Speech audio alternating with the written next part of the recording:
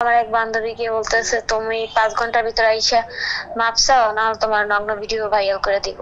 পটুয়াখালীর গলাচিপা উপজেলার নির্বাহী কর্মকর্তা মিজানুর রহমানের অপসারণ দাবিতে লাগাতার মানববন্ধন ও বিক্ষোভ করছে শিক্ষার্থীরা।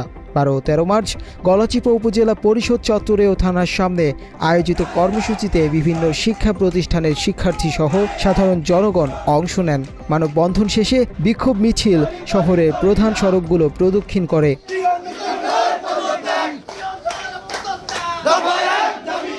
শিক্ষার্থীদের অভিযোগ, ইউএনও মিজানুর রহমান পক্ষপাতমূলক আচরণ, দুর্নীতি ও সরকারি তহবিলের অপব্যবহার করেছেন। তিনি আওয়ামী লীগ ও ছাত্রলীগের নেতাদের সঙ্গে ঘনিষ্ঠ সম্পর্ক বজায় রেখে নিষিদ্ধ ছাত্র সংগঠনকে প্রশ্রয় দিচ্ছেন এবং অনিয়মের মাধ্যমে ওএমএস ডিলারশিপ বন্টন করেছেন। ইউএনও একজন চরম দুর্নীতিগ্রস্ত, একজন ঘুষখোর, একজন এই চালাক ডিলারশিপ নিয়ে তালবাহানাকারী, একজন স্বৈরাচারের দোষর। এছাড়া আন্দোলনে অংশ নেওয়া শিক্ষার্থীদের পরিবারকে বিভিন্নভাবে হুমকি দিচ্ছেন এবং কিছু ছাত্রীকে নগ্ন ভিডিও বানিয়ে ভয় দেখানোর অভিযোগও উঠেছে তার বিরুদ্ধে। আমাদের বাবা মাকে বলা হয়েছে যে আমাদের প্রাণনাশ করা হবে, আমাদেরকে খুন করা হবে, এই ধরনের হুমকি দেওয়া হয়েছে। নিষিদ্ধ সংগঠনের মাধ্যমে আমাদেরকে বিভিন্ন ধরনের হুমকি দিয়ে আসতেছে। আজও যদি আমরা এই 24-এর গণঅভ্যুত্থানের পরও যদি আমরা এখানে দাঁড়িয়ে যদি আমরা হুমকির সম্মুখীন হতে হয়, তাহলে মনে হয় আবু সাইদ মুগ্ধার উপরে বসে শান্তি পাবে না। আমার এক বান্ধবীকে বলতেছে তুমি 5 ঘন্টার ভিতরে আইসা মাপ চাও, না তোমার নগ্ন ভিডিও ভাইরাল করে দিব। এরকম অনেক হয়েছে। এক প্রকার হচ্ছে যে আওয়ামী লীগের পুনর্বাসন, সে ছাত্র জনতাকে নাই করে সে আওয়ামী লীগের পুনর্বাসন দিতেছিল। 16 মার্চ রাতে ইউএনওর official Facebook page UNO Galachipa থেকে করা একটি পোস্ট নতুন বিতর্কের জন্ম দেয়। ওই পোস্টে তিনি উল্লেখ করেন, অতীতে ছাত্রলীগ করা কোনো দোষের কিছু নয়, বরং বঙ্গবন্ধুর আদর্শের কারণে তিনি লজ্জিত নন। আরেক বিতর্কিত কর্মকর্তা উর্মির বরাত দিয়ে মিজানুর রহমান লেখেন, প্রশাসনের চাকরি আর করবেন না, যা মুহূর্তের মধ্যেই সামাজিক যোগাযোগ মাধ্যমে ভাইরাল হয়ে যায়।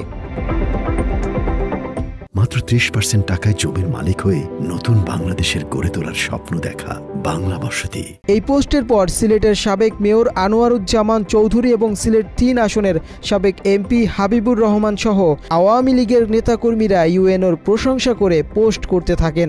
অন্যদিকে আন্দোলনরত শিক্ষার্থীরা ক্ষুব্ধ হয়ে ওঠে।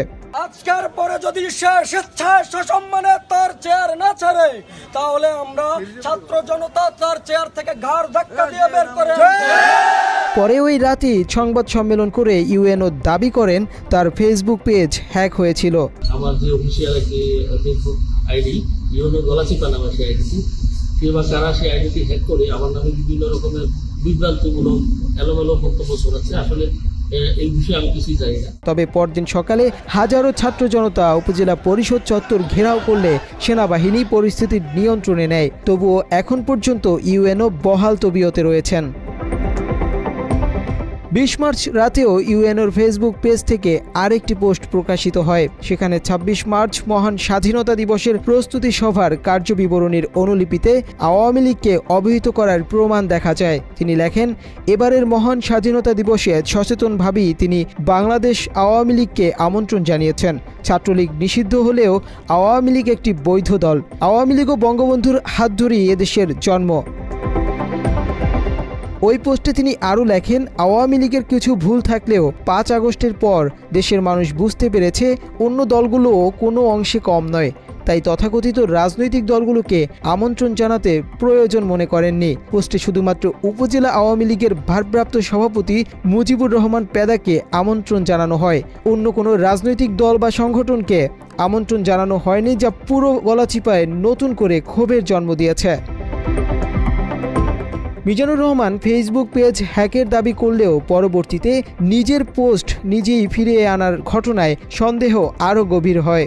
সাধারণ শিক্ষার্থীরা বলছেন, ইউএনওর বক্তব্য এবং কর্মকাণ্ড পরস্পর বিরোধী।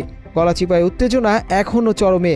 এ বিষয়ে গলাচিপা উপজেলা নির্বাহী কর্মকর্তা ইউএনওর সাথে যোগাযোগ করে বাংলা এডিশনের প্রতিনিধি।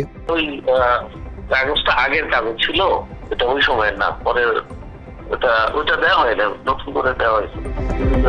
প্রোপাগান্ডা ছড়াচ্ছে আমার বিরুদ্ধে, সেজন্য তারা বিভিন্ন কথা বলছে। তো পুরোটাই ষড়যন্ত্র এবং উদ্দেশ্য।